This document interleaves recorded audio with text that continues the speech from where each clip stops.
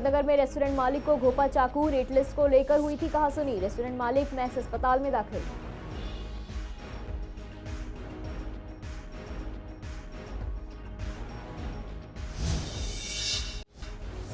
सर्दियों के सितम के बीच आज से खुल गए स्कूल। स्कूलों में बच्चों की उपस्थिति 85% रही। टीचर्स का कहना दोबारा बंद नहीं किए जाएंगे स्कूल।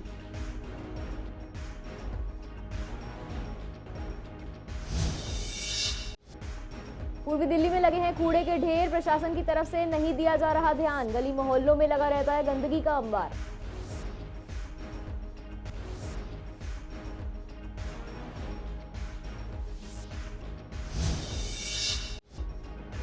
शकरपुर इलाके में लगी आग। 2 घंटे में पाया गया आग पे काबू। हेल्थ डिपार्टमेंट की बिल्डिंग में लगी थी आग। लिफ्ट के इन्वर्टर में आग लगने से हुआ था हादसा।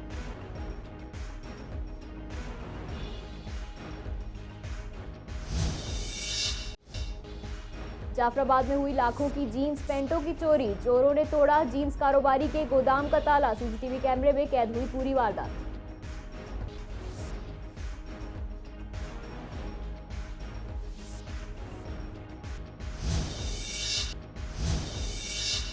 नमस्कार, स्वागत है आपका पूर्वी दिल्ली खास में और मैं हूं आपके साथ सार्विका श्रीवास्तव। रुक करते हैं खबरों की ओर। मधु विहार इलाके में रेट लिस्ट को लेकर हुई कहासुनी में 2 लोगों ने रेस्टोरेंट मालिक के पेट में चाकू घोंप दिया। मालिक को लहूलुहान करने के बाद दोनों रेस्टोरेंट से भागने लगे। उसी दौरान एक अभियुक्त को लोगों ने पकड़ लिया। वहीं उसका साथी मौके से फरार हो गया।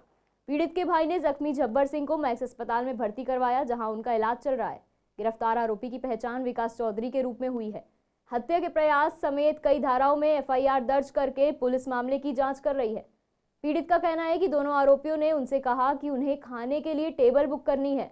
पीड़ित ने उन्हें रेस्टोरेंट की रेट लिस्ट बताई तो रेट लिस्ट देखकर आरोपी भड़क गए और पीड़ित के साथ गाली गलौज शुरू कर दी।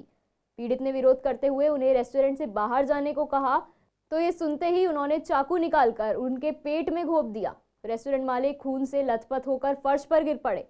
दोनों आरोपी वहां से फरार होने लगे। तभी शोर सुनकर पड़ोस के जिम में एक्सरसाइज कर रहे युवकों ने उनमें से एक को पकड़ लिया। बाद में सूचना पर पहुंची पुलिस को अभियुक्त को सौंप दिया गया। पुलिस दूसरे आरोपी की तलाश में छापेमारी कर रही है। सर्दियों की छुट्टियों के बाद 16 तारीख से बच्चों के लिए स्कूल खोल दिए गए। हालांकि सर्दी का प्रकोप अभी भी जारी है और छोटे बच्चों के लिए समस्या बनी हुई है। ऐसे में जब हमने टीचर से बात की तो उनका कहना है कि स्कूल खुल गए हैं और बच्चों की उपस्थिति भी 85% तक है, जो काफ़ी अच्छा है। ऐसे में सभी बच्चे आ रहे हैं और 1-2 दिन में ऐसा माना जा रहा है कि 100% बच्चे भी आने लगेंगे। साथ ही बच्चों के फाइनल एग्ज़ाम भी होने हैं, तो इसलिए अभी फ़िलहाल दोबारा स्कूल बंद करने के लिए कुछ नहीं फैसला लिया गया है। लेकिन अगर सरकार की तरफ से ऐसा कोई नियम आता है तो उस पर अमल किया जाएगा। नहीं, strength is good, it's above 80% and we are expecting it will improve. हम एक्सपेक्ट कर रहे हैं कि ये जो नेक्स्ट डेज में और इम्प्रूव होएगी। नहीं, अभी ऐसा क्योंकि कोई इंस्ट्रक्शंस नहीं थे तो जितने इंस्ट्रक्शंस थे 16 जुलाई को 16 जैन को रीओपन करने के, वी हैव रीओपन और हमारी को स्ट्रेंथ से ऐसी कोई दिक्कत आ नहीं रही है। अगर इन फ्यूचर कोई भी ऐसी प्लानिंग करती है गवर्नमेंट आगे शट डाउन करने के तो we are open to it. नहीं, ऐसा हमारे पास नहीं। अगर ऐसा होता तो बच्चा ही नहीं आता।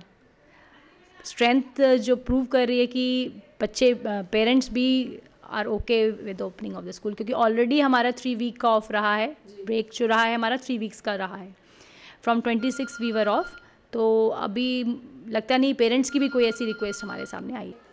अगर मैं पूरे स्कूल की बात करूँ तो हमारी 88% स्ट्रेंथ आई है आज, जो कि आज स्कूल खुले हैं। ये भी कह सकते हैं 9-10 के प्री बोर्ड चल रहे हैं, इसलिए 9-10 के बच्चे तो फुल अटेंडेंस है उनकी तो। और बाकी अगर टोटल अटेंडेंस की बात करूँ तो 88% है। बट हाँ, छोटे बच्चों में अगर देखा जाए तो उनके लिए थोड़ा दिक्कत है, क्योंकि अभी सुबह सुबह बहुत ठंड होती है, जो बच्चे उठने में थोड़ा परेशान भी करते हैं और उनके लिए मतलब इस मौसम में अभी निकलना भी इतना सेफ मुझे नहीं लगता।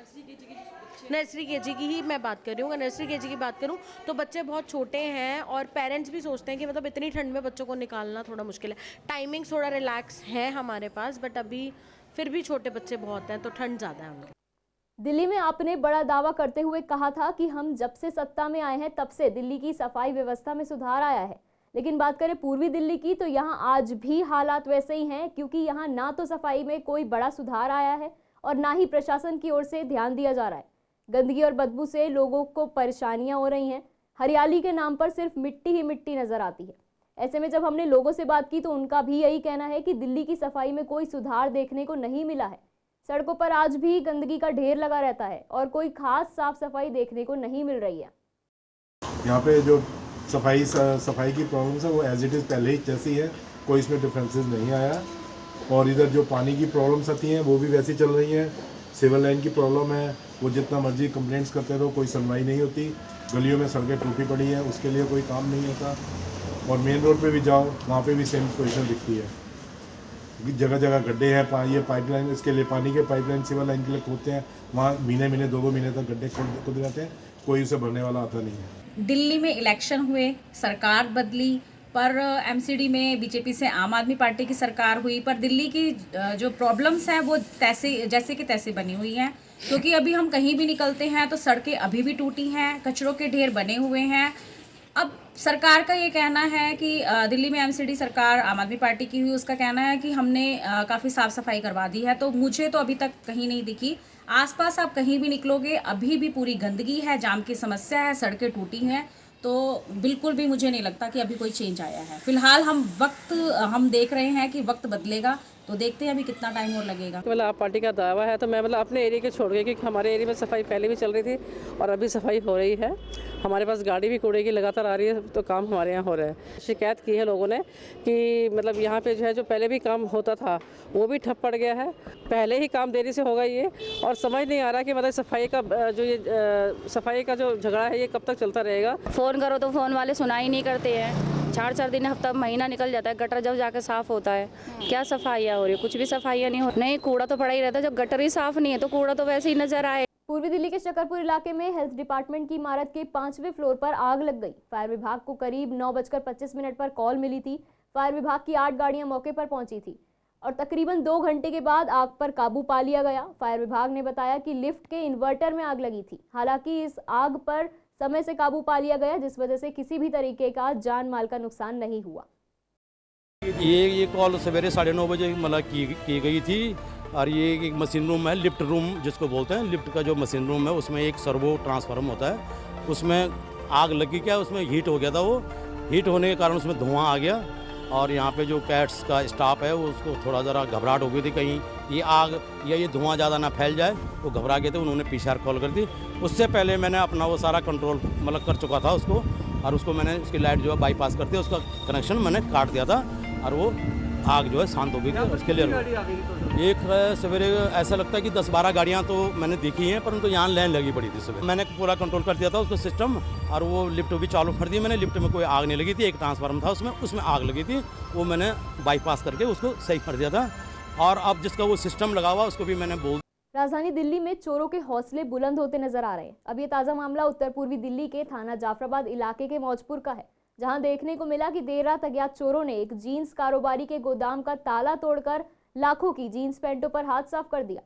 लेकिन गोदाम में लगे सीसीटीवी कैमरे में चोरी की ये सारी वारदात कैद हो गई। सीसीटीवी की तस्वीरों में साफ नजर आ रहा है कि किस तरह से चोर पहले गोदाम का ताला तोड़कर गोदाम के अंदर दाखिल होते हैं और उसके बाद गोदाम में रखी पैंटों की गड्डियों को ई रिक्शे में रख कर ले जाते हैं।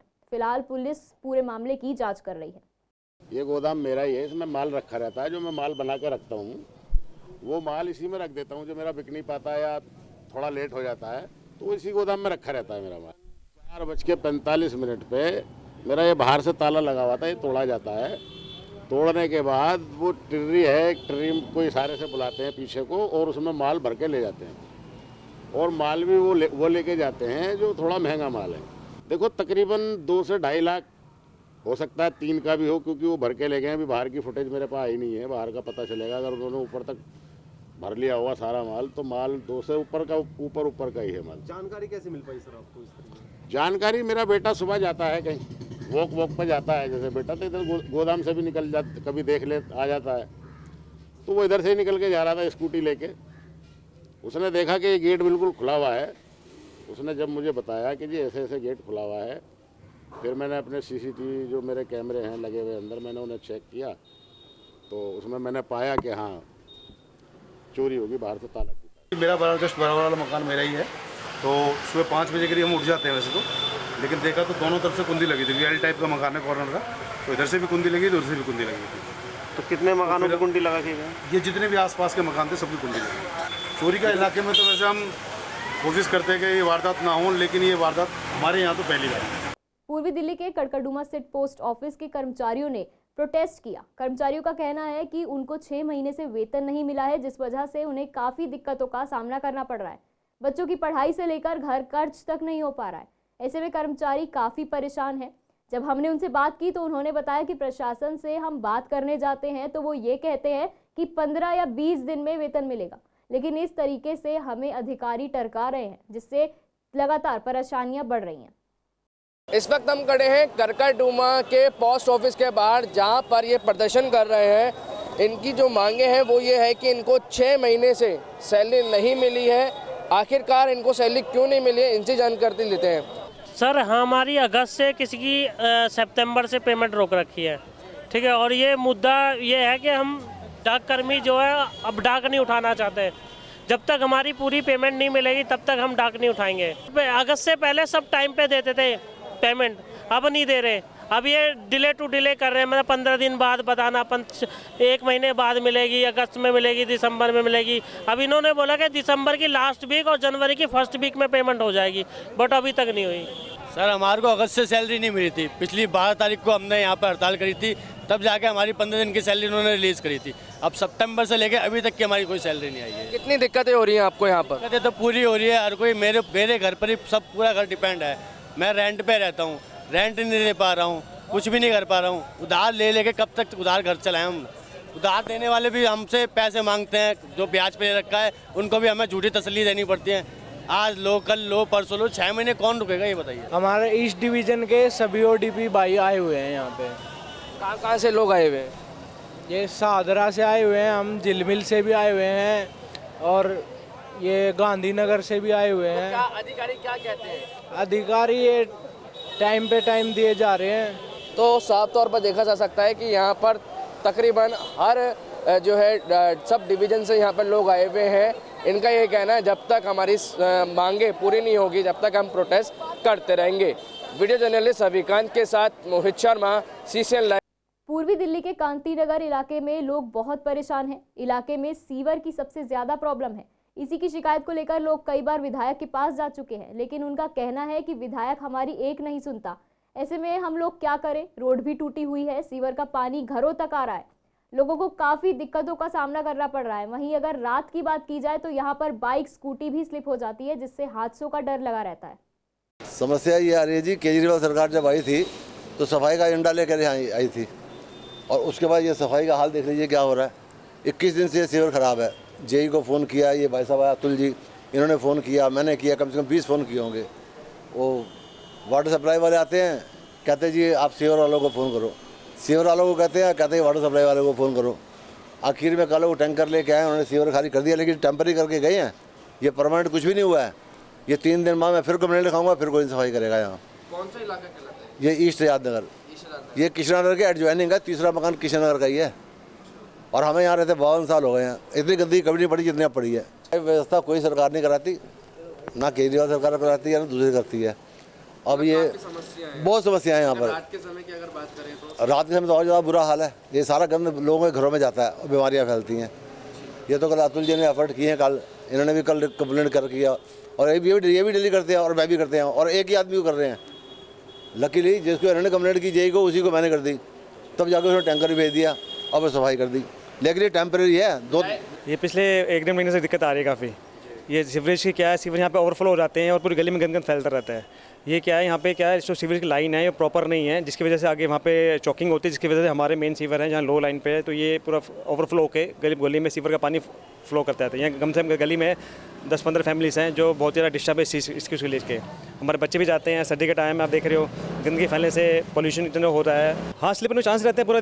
आप देखो पूरी कीचड़ हो रखी है, स्लिप होने के पूरे चांसेस है। मतलब मैंने देखा 1-2 बार, 1-2 लेडीज़ भी स्लिप हुई हैं। सुनवाई देखो हुई है, टेम्परेरी सुनवाई हुई है, उसमें क्या सोल्यूशन परमानेंट नहीं मिला किसी का।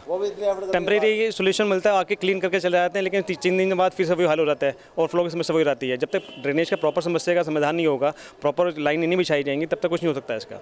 शादरा के छोटा बाजार स्थित नगर निगम द्वारा बनाई गई पॉलीक्लिनिक में पिछले काफी लंबे समय से अल्ट्रासाउंड के डॉक्टर मौजूद नहीं हैं, जिसकी वजह से यहां आने वाले मरीजों को काफी दिक्कतें हो रही हैं। वहीं यहाँ की एमएस ने बताया कि काफ़ी समय पहले यहाँ के डॉक्टर रिटायर हो चुके हैं, जिसके बाद से ही उन्होंने डिपार्टमेंट में एप्लीकेशन दिया हुआ है, लेकिन अभी तक कोई नई ज्वाइनिंग नहीं हुई है, जिस वजह से यहाँ हर रोज़ काफ़ी मरीज आते हैं, लेकिन उनको ऐसे ही वापस लौटना पड़ता है। हम तो ये सोचते थे शायद इलेक्शन पॉलिटिक्स बाजी चल रही है तो उसकी वजह से शायद हो सकता है स्टाफ वगैरह सारा काम वगैरह पे लगा रहता है, लेकिन अब चुनाव भी निमट गए हैं। अब मान लिया जाए आज की डेट में किसी बीमार आदमी को, खास करके सब लोग तो यहाँ पर शादरा के अंदर पूंजीपति नहीं है, हर तबके का आदमी, हर मजदूर तबके का आदमी रहता है। अब किसी को अल्ट्रासाउंड, एक्सरा या कोई भी स्टाफ की ज़रूरत है और डॉक्टर वगैरह नहीं है, और अल्ट्रासाउंड तो मेन है, अगर वो वाला अल्ट्रासाउंड को डॉक्टर नहीं है तो कितनी बड़ी परेशानी हो रही है। ये काफ़ी महंगा प्राइवेट में 600-700 रुपये लगते हैं, और ईश्वर अस्पताल पुराना अस्पताल है, सरकारी अस्पताल है, तो यहाँ पर 3-4 महीने से ये अल्ट्रासाउंड वाला डॉक्टर वगैरह की नियुक्ति नहीं हुई है, तो इसकी नियुक्ति करी जाए। शासन प्रशासन इस तरफ ध्यान देना चाहिए। जी हाँ, शिवर अस्पताल हमारे शादरा का पुराना अस्पताल है, और यहाँ पर आसपास ऐसी कॉलोनी है जो काफ़ी गरीब तबके में आते हैं लोग, जिसमें काफ़ी वर्ग के लोग हैं, और यहाँ पर काफ़ी परेशानी है। एक आम आदमी 600-700 रुपये कहाँ से अफोर्ड करेगा। सरकारी अस्पतालों को बनाया जाता है कि जो आम जनता है, गरीब वर्ग है, वो इनका सुविधा का फ़ायदा उठा सके और यहाँ पर आकर मुफ्त में इलाज करवा सके, लेकिन कई ऐसे अस्पताल हैं जहाँ पे सुविधाओं के नाम पर केवल खानापूर्ति की गई है। फिलहाल मैं मौजूद हूँ छोटा बाजार में मौजूद इस पॉलीक्लिनिक में, जो कि नगर निगम द्वारा चलाई जाती है, और यहाँ पर आपको दिखाना चाहूँगी कि अल्ट्रासाउंड के लिए यहाँ पर जो लोग आते हैं उनको खाली हाथ ही वापस लौटना पड़ता है, क्योंकि यहाँ पर पिछले कई महीनों से जो है अल्ट्रासाउंड के लिए कोई भी डॉक्टर यहाँ पे मौजूद नहीं है। एमएस से जब हमने बात करना चाहिए तो उन्होंने केवल एक आश्वासन दिया है कि उन्होंने भी रिक्वेस्ट आगे डाली हुई है, लेकिन अभी तक उन्हें कोई भी डॉक्टर मिला नहीं है। दरअसल यहाँ पे जो डॉक्टर थे पहले, उनका रिटायरमेंट हो चुका है तकरीबन 4 महीने पहले। उसके बाद अभी तक यहाँ पर कोई भी नया डॉक्टर अपॉइंट नहीं किया गया, जिसकी वजह से यहाँ पे जो आने वाले मरीज़ हैं उनको काफ़ी परेशानी हो रही है। यहाँ पे 9 से 12 के समय में कई मरीज़ यहाँ पर आते हैं जिनको वापस लौटना पड़ता है, क्योंकि अल्ट्रासाउंड यहाँ पर नहीं हो पा रहा, जिसकी वजह से उन्हें दिक्कतें हो रही हैं। कैमरा पर्सन ललित कुमार के साथ सोनिया शर्मा, CCN। ऋषभ विहार मार्केट के पास सड़क के बीचों बीच पाइप डाल दिया गया है, जिससे वाहन चालकों को भारी परेशानियों का सामना करना पड़ रहा है। पाइप डलने की वजह से लोगों को वहां से आने जाने में कई समस्याओं का सामना करना पड़ रहा है। सड़क पर आने जाने में लोगों को इतनी परेशानी हो रही है जिससे हादसे होने का भी डर लगा रहता है, लेकिन इस बीच कोई सुनवाई नहीं हो रही है, बस लोगों की परेशानियां ही बढ़ रही हैं।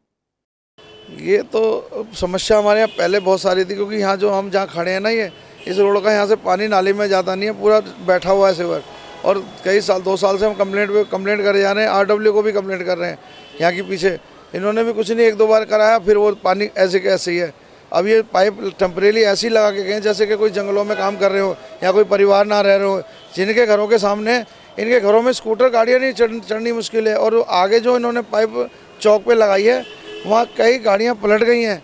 एक पानी की ठेले लेके आ रहा था, पूरी गाड़ी पलट गई, वो उस बेचारे का इतना तगड़ा नुकसान हुआ। और ये ऐसे टेम्परेरी काम करके गए जिससे लोगों को ना परेशानी, इसके अलावा और कुछ नहीं कर रहे। अभी आगे क्या होगा भगवान जाने। ये तो भैया इन्होंने बहुत गलत किया। ये पानी की लाइन नहीं, नाले की लाइन है।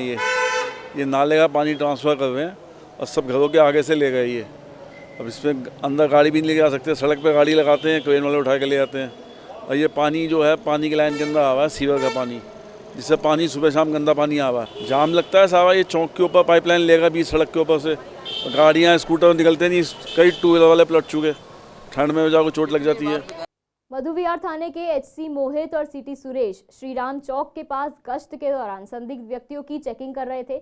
जब उन्होंने एक व्यक्ति को अपना चेहरा छुपाते हुए देखा तो पुलिस जांच से बचने के लिए कोशिश कर रहा था, तभी सतर्क पुलिसकर्मियों ने उस व्यक्ति को तुरंत पकड़ लिया। पुलिस को उसके कब्जे से एक बटन वाला चाकू भी बरामद हुआ है। पुलिस ने ये मामला दर्ज कर आरोपी को अपनी गिरफ्त में ले लिया है। पूछताछ के दौरान आरोपी ने चोरी के 2 मामलों में अपनी संलिप्तता का खुलासा किया। इन दोनों ही मामलों में उसे गिरफ्तार कर लिया गया है। साथ ही पुलिस ने उसकी निशानदेही पर उसके घर से चोरी के 2 गैस सिलेंडर भी बरामद किए हैं। फिलहाल पूर्वी दिल्ली खास में इतना ही। बाकी खबरों के लिए देखते रहिए CCN लाइव।